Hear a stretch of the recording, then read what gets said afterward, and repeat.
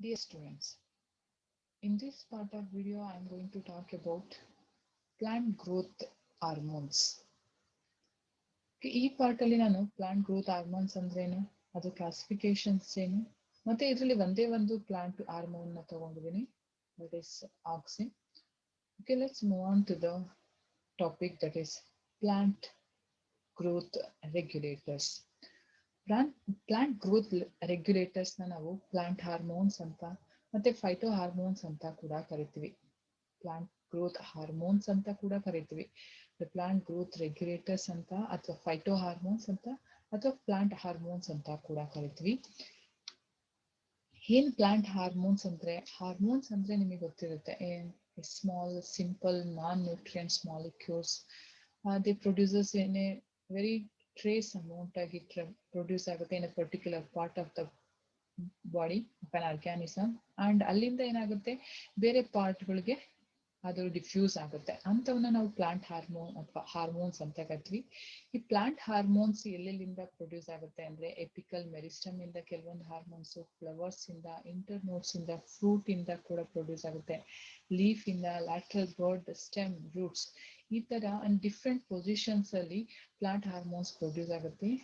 Plant hormones produce ಆಗುವಂತಹ locations ಯಾವ್ದಂದ್ರೆ, some are produces in the apical meristem, fruit ಮತ್ತೆ stem ಎರಡರಲ್ಲೂ, ಮತ್ತೆ ಫ್ಲವರ್ ಇಂದ ಕೂಡ ಪ್ರೊಡ್ಯೂಸ್ ಆಗುತ್ತೆ, ಮತ್ತೆ ಫ್ರೂಟ್ ಇಂದ ಹಾರ್ಮೋನ್ ರಿಲೀಸ್ ಆಗುತ್ತೆ, ಲೀಫ್ ಇಂದ ಹಾರ್ಮೋನ್ ಪ್ರೊಡ್ಯೂಸ್ ಆಗುತ್ತೆ, and some are produced at the lateral buds ಗಳಲ್ಲಿ ಪ್ರೊಡ್ಯೂಸ್ ಆಗುತ್ತೆ, ಮತ್ತೆ ಸ್ಟೆಮ್ಗಳಲ್ಲಿ ಅಲ್ಲೊಂದು ಹಾರ್ಮೋನ್ ಪ್ರೊಡ್ಯೂಸ್ ಆಗುತ್ತೆ, ಮತ್ತೆ ಕೆಲವೊಂದು ರೂಟ್ಸ್ ಅಲ್ಲಿ ಕೂಡ ಪ್ರೊಡ್ಯೂಸ್ ಆಗುತ್ತೆ. ಯಾವ್ಯಾವ ಹಾರ್ಮೋನ್ ಎಲ್ಲೆಲ್ಲಿ ಪ್ರೊಡ್ಯೂಸ್ ಆಗುತ್ತೆ ಅಂತ ಈಚ್ ಒನ್ ಹಾರ್ಮೋನ್ಸ್ ಅಲ್ಲಿ ನಾವು ನೋಡ್ತಾ ಹೋಗೋಣ.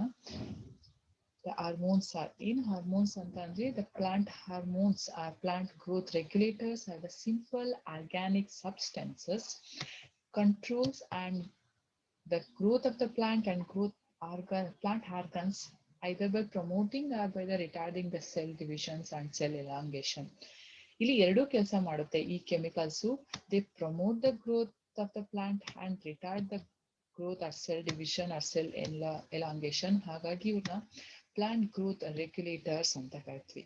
ಈ ರೆಗ್ಯುಲೇಟರ್ಸ್ ನ based on the function, whether they promote the growth ಅಥವಾ ರಿಟಾರ್ಡ್ ದ ಗ್ರೋತ್, ಆ ಬೇಸಿಸ್ ಮೇಲೆ we are classified the plant growth hormones into 2 types. Okay, ಈಗ ಕ್ಲಾಸಿಫಿಕೇಶನ್ ಆಫ್ PGR ಅಥವಾ PGH ಅಂತ ಕೂಡ ಕರಿತೀವಿ, ಪ್ಲಾಂಟ್ ಗ್ರೋತ್ ಹಾರ್ಮೋನ್ ಅಥವಾ plant growth regulators.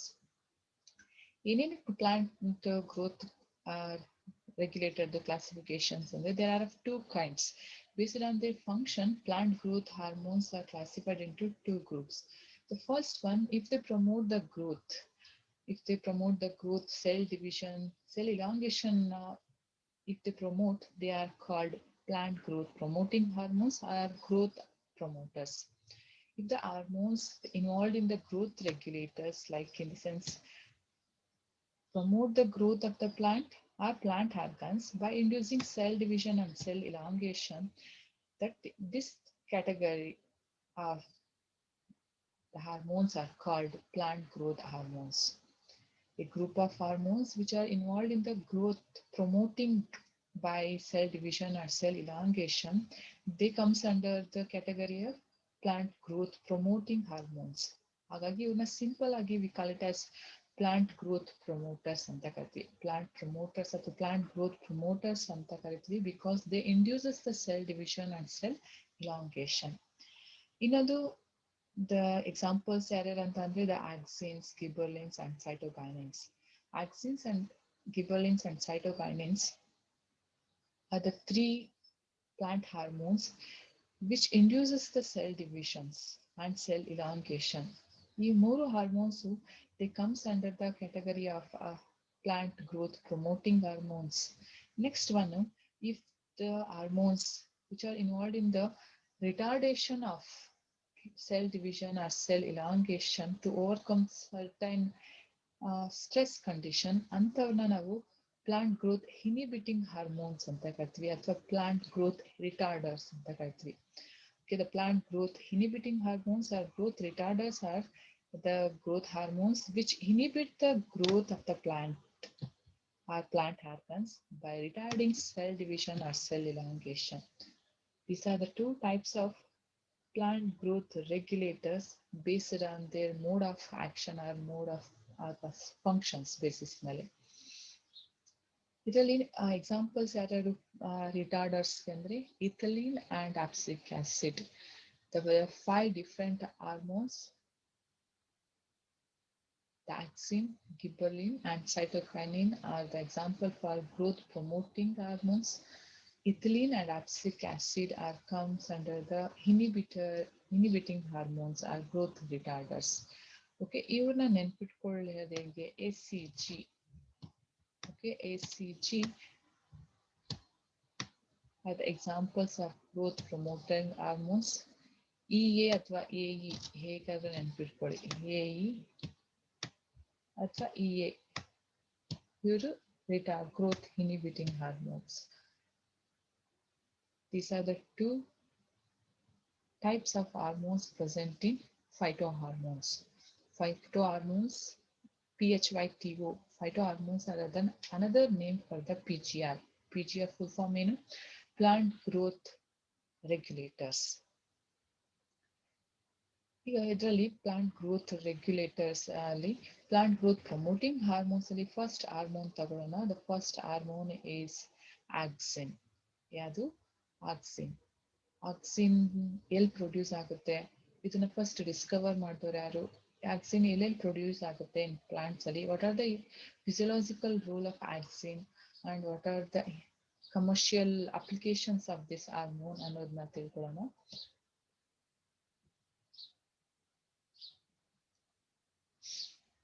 Okay, the auxins are chemically indole compounds. Okay, they are having 2 pyrrole rings irutte. They are chemically indole compounds. One marks ge keltare the indole derivatives are. Yaru indole derivatives? Auxins. And the nature. ಏನು nature ಅಂತಂದ್ರೆ by the nature they are weak acidic as property and they are having unsaturated ring structures. Natural ಆಗಿರೋನ ಏನಂತ ಕರಿತೀವಿ? Indole acidic acid.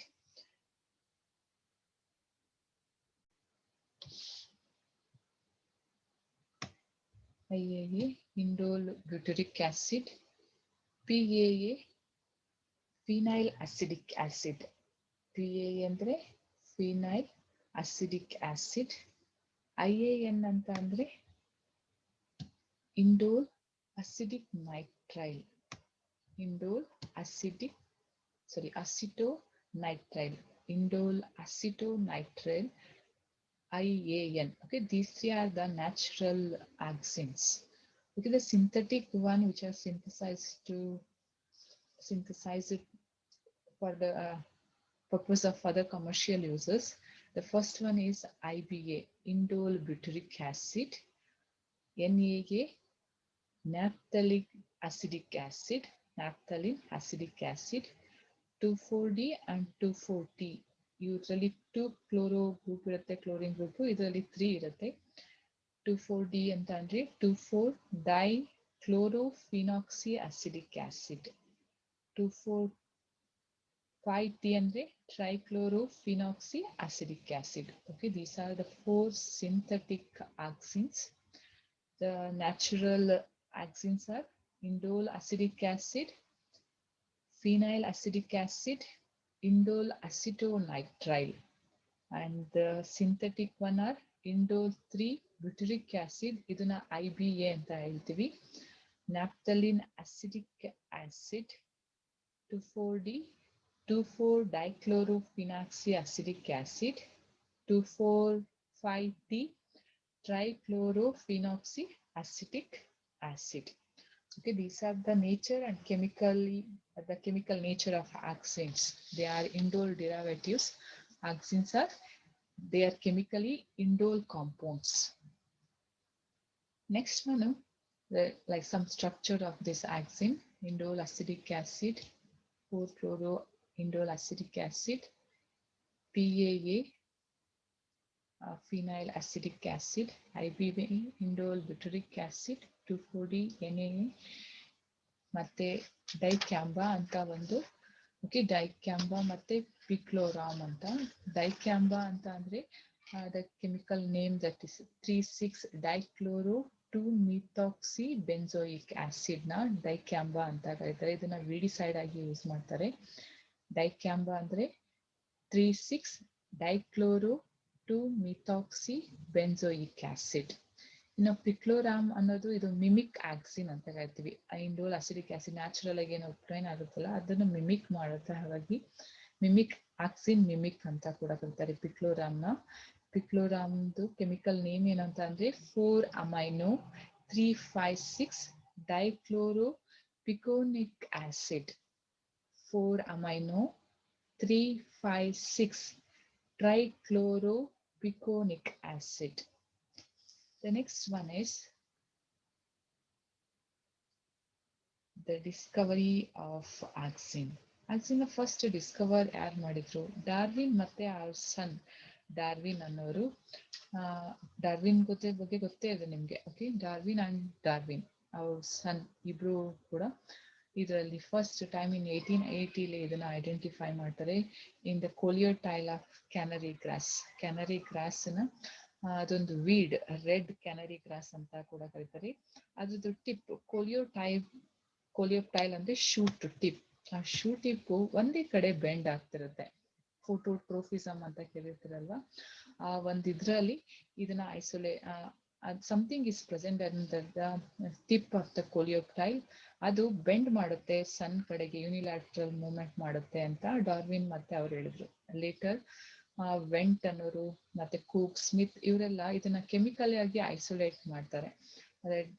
ಮತ್ತೆ ಅದಲ್ದೇನೆ human urinal ಕೂಡ ಇದನ್ನ ನೋಡಿ auxin A, auxin B ಮತ್ತೆ ಆಕ್ಸಿನ್ ಅಂತ ನೇಮ್ ಮಾಡಿ ಇಂಡೋಲ್ ಅಸಿಡಿಕ್ ಆಸಿಡ್ ನ ಯೂನಿವರ್ಸಲ್ ನ್ಯಾಚುರಲ್ ಆಕ್ಸಿನ್ ಅಂತ ಹೇಳಿದ್ರು.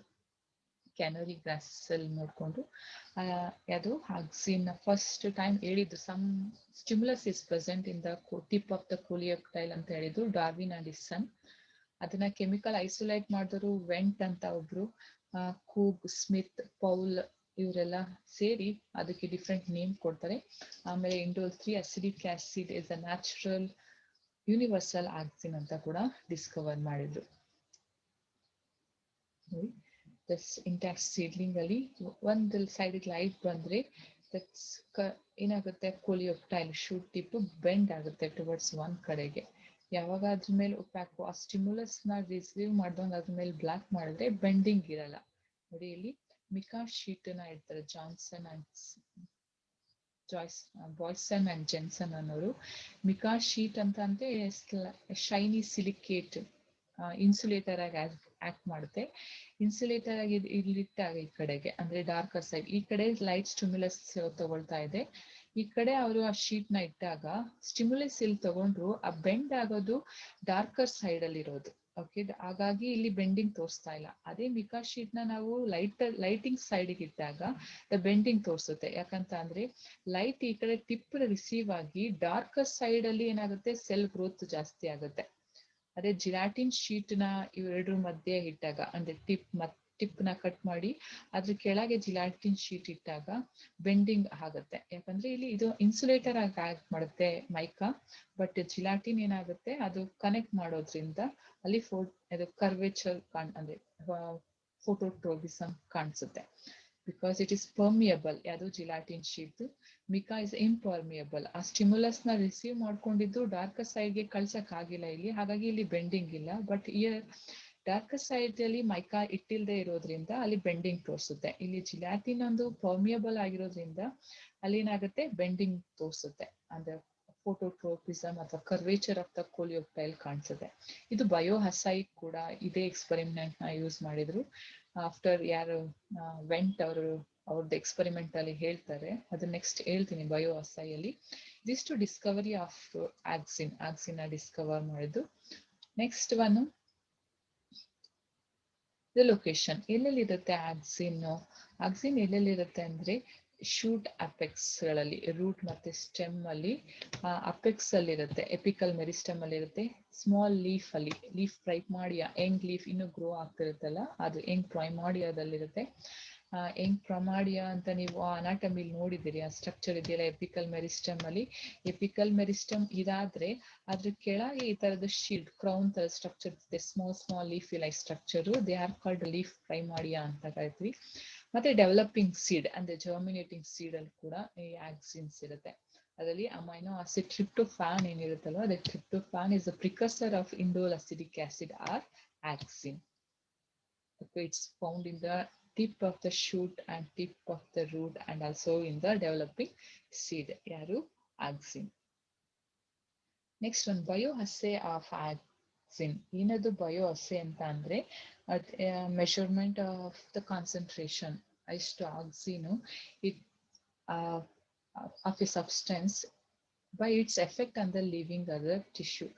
ಆಕ್ಸಿನ್ ಎಷ್ಟು ಎಫೆಕ್ಟ್ ನ ಮಾಡುತ್ತೆ ಲಿವ್ ಸೆಲ್ಸ್ ಮೇಲೆ ಅಥವಾ ಟಿಶ್ಯೂಸ್ ಮೇಲೆ ಅಂತ ಒಂದು ಅನಾಲಿಟಿಕಲ್ ಎಕ್ಸ್ಪೆರಿಮೆಂಟ್ ಏನಂತ ಕರಿತೀವಿ, ಬಯೋ ಅಸ್ಸೇ ಅಂತ ಕರಿತೀವಿ. It's a measurement of the concentration of a substance by its effect on the living cell or tissues. Avena curvature test ಮಾಡಿದ್ರು ಇದನ್ನ bio assay of auxin. Root growth inhibition test are done for examining auxin effect. Auxin effect na examine ಮಾಡೋಕೆ ಅವೇನಾ curvature, avena ಅನ್ನೋ plant common name of avena sativa. Oat plant ಕೇಳಿದ್ರಲ್ಲ, oats ಅಂತ ತಿಂತಿರಲ್ವಾ, ಆ oats ಪ್ಲಾಂಟಿಂಗ್ನೆ ಅವೇನಾ ಸಟೈವಾ ಅಂತ ಕರಿತೀವಿ ನಾವು ಸೈಂಟಿಫಿಕ್ ಆಗಿ. Botanical name avena sativa. ಅದು ಪ್ಲಾಂಟ್ ಕರ್ವೇಚರ್, ಕೊಲಿಯೋಪ್ಟೈಲ್ ಕರ್ವೇಚರ್ ನ ಯೂಸ್ ಮಾಡಿಕೊಂಡು ರೂಟ್ ಗ್ರೋತ್ ಇನಿಬಿಷನ್ ಟೆಸ್ಟ್ ಮತ್ತೆ ಆ ಕರ್ವೇಚರ್ ಎಫೆಕ್ಟ್ ಮಾಡಿ ಇದ್ದು ಅಫೆಕ್ಟ್ ನ ತಿಳ್ಕೊಂಡ್ರು ಯಾರ್ಯಾರಂದ್ರೆ ದ ವೆಂಟ್ ಮತ್ತೆ ಪಾಲ್. ನೋಡಿ, ದೇ ಯೂಸಸ್ ದ ಕೋಲಿಯೋಪ್ಟೈಲ್ ರಿಮೂವ್ ಮಾಡಿ replace one side of the stump, ಒಂದ್ ಕಡೆಗೆ ಅದನ್ನ ಆ ಕೋಲಿಯೋಪ್ಟೈಲ್ ನ ಏನ್ ಮಾಡಿದ್ರು, ಶಿಫ್ಟ್ ಮಾಡಿದ್ರು. Then again the curvature shown, ಅದೇನ ಶೂಟ್ ಕರ್ವೇಚರ್ ನ ತೋರಿಸಿತ್ತು towards, it went towards the light.